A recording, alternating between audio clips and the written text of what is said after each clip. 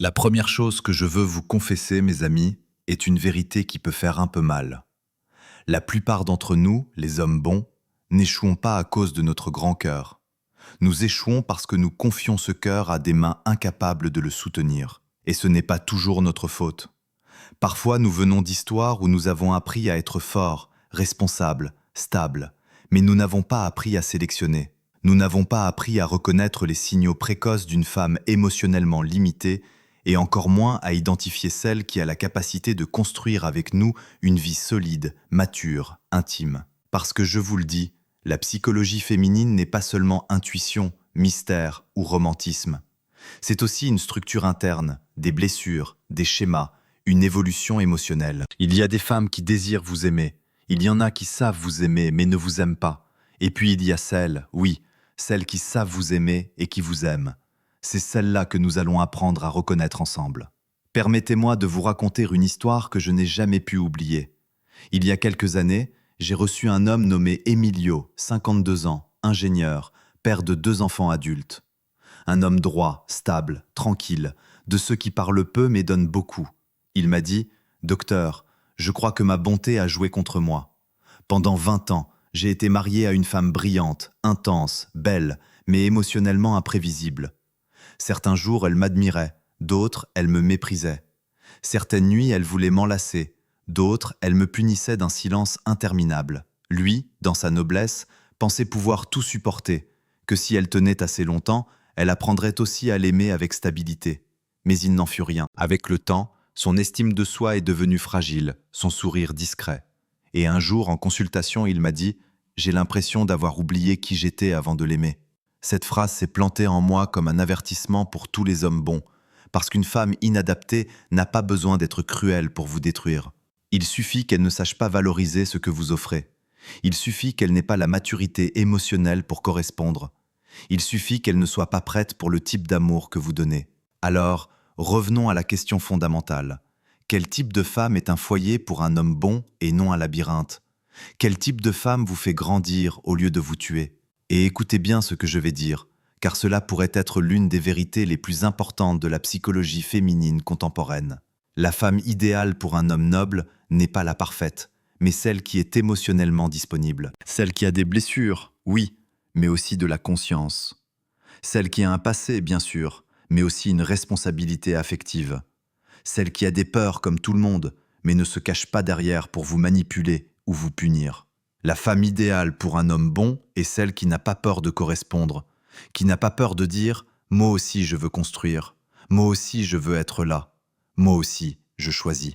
Et ici, permettez-moi de m'arrêter une seconde, car c'est clé. La plupart d'entre nous, les hommes bons, tombons amoureux de l'intensité, pas de la profondeur. Nous sommes attirés par la femme qui brille, qui éblouit, qui semble forte. Mais nous ne vérifions pas si cette force est réelle ou juste une armure. Et cette confusion coûte cher, parce que l'intensité séduit, mais c'est la profondeur qui soutient. L'intensité peut allumer la flamme de l'amour, mais c'est la stabilité qui construit un foyer émotionnel. Et vous, en tant qu'homme bon, vous avez besoin d'une femme stable, pas parfaite, pas impeccable, pas sans passé, mais stable, capable de vous regarder dans les yeux et de dire « Je ne saurais pas toujours le faire bien, mais je veux le faire avec toi ». Cette phrase, cette attitude, cette transparence est de l'or pour un homme comme vous. Emilio, mon patient, a mis des années à le comprendre. Après le divorce, il a rencontré une femme complètement différente, moins tape à l'œil, moins intense, mais plus honnête émotionnellement. Il m'a dit « Docteur, c'est comme si pour la première fois quelqu'un me parlait sans masque. Elle n'avait pas besoin de crier pour se sentir écoutée, pas besoin de drame pour se sentir vivante, pas besoin de punir pour se sentir en sécurité. Elle était simplement présente, claire, disponible. Et pour la première fois en décennies,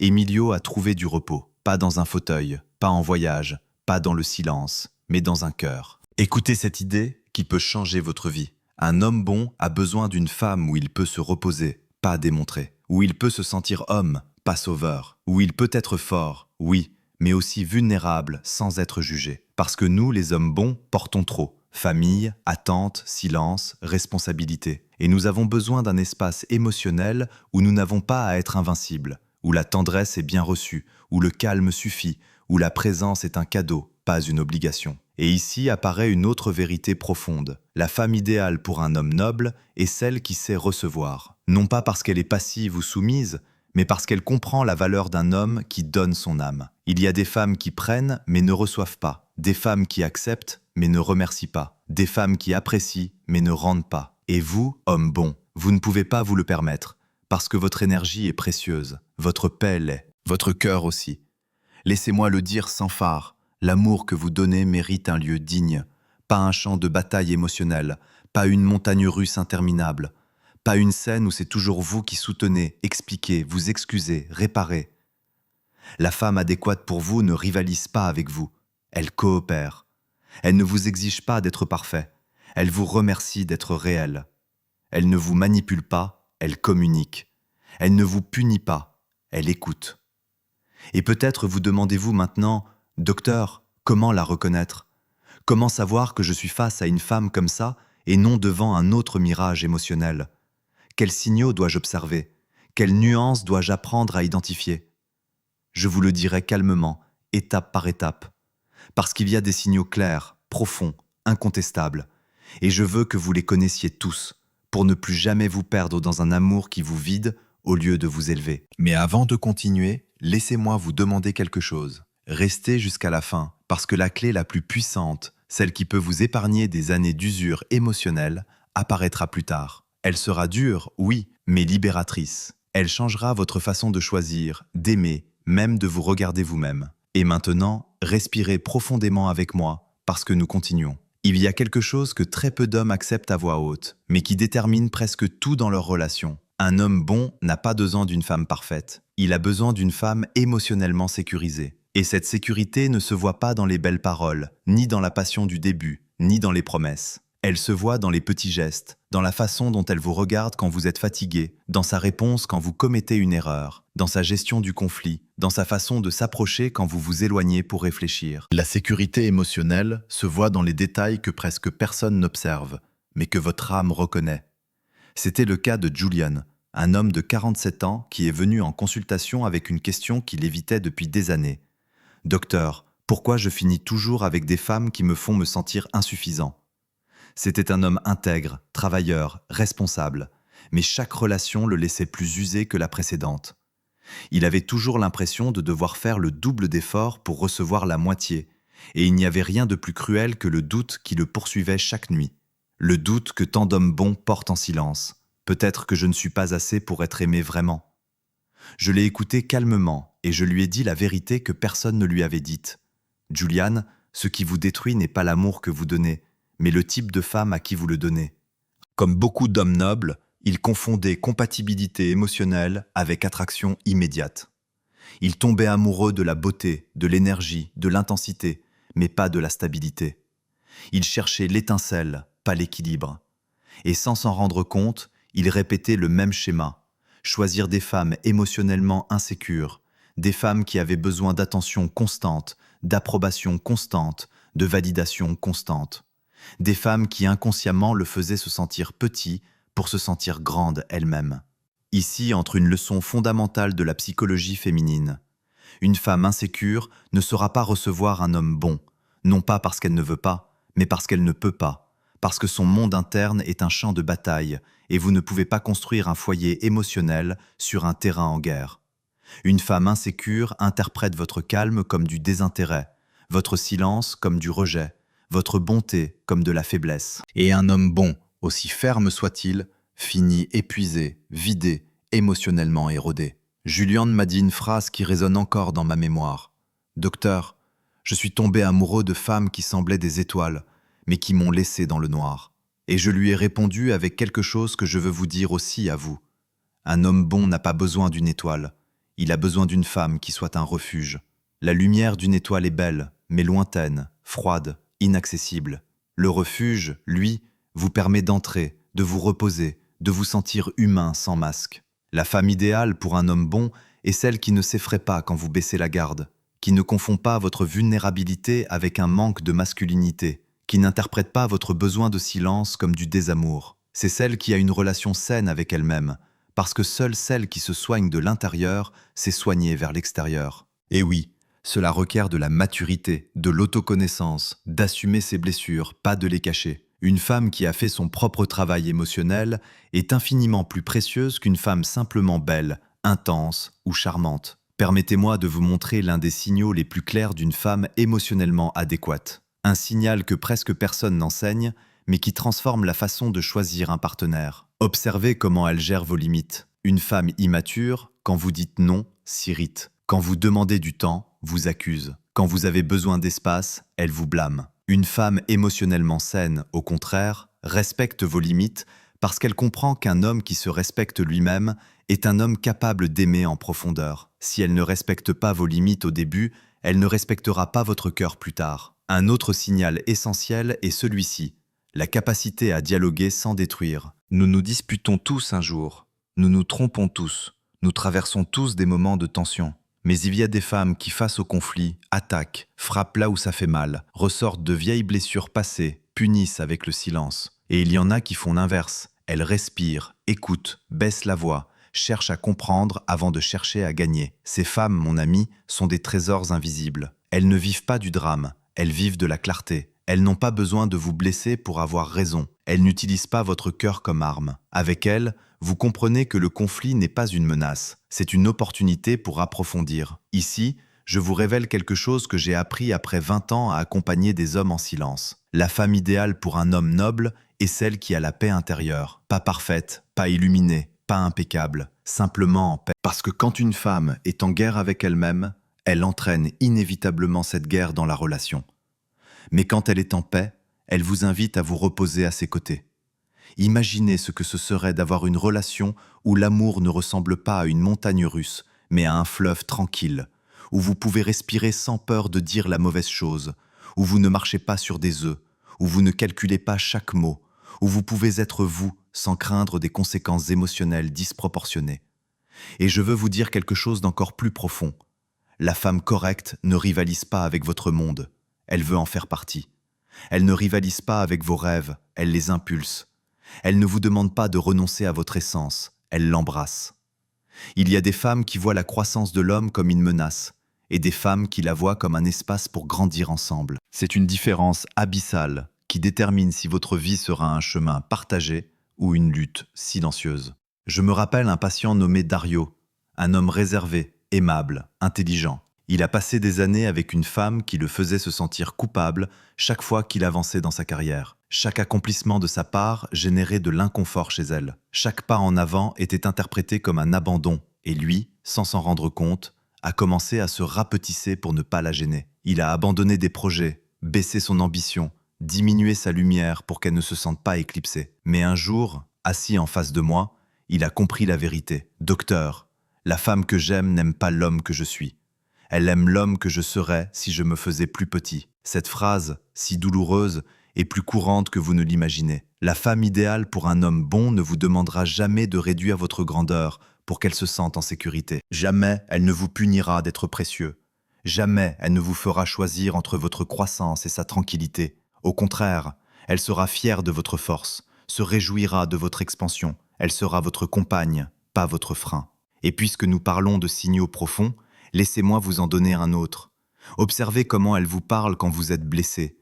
Pas quand tout va bien, pas quand vous êtes fort, mais quand vous êtes vulnérable. Une femme qui vous aime avec maturité baisse le ton, s'approche, vous écoute, ne vous attaque pas. Une femme qui ne sait pas aimer, au contraire, utilise votre blessure comme un avantage. Et un homme bon, quand il descend blessé dans sa vulnérabilité, perd des années de vie émotionnelle. Tout cela que je vous dis n'est pas de la théorie romantique. Ce sont des fondements de la psychologie féminine appliqués à la vie réelle, à la vie d'hommes comme vous, qui méritent une relation où la bonté n'est pas un sacrifice, mais une force partagée. Avant de continuer, laissez-moi vous inviter à rester jusqu'à la fin, parce que le plus important n'a pas encore été révélé. Il y a une vérité, une seule, qui divise la vie émotionnelle des hommes bons en deux moitiés. Une vérité dure, mais absolument libératrice.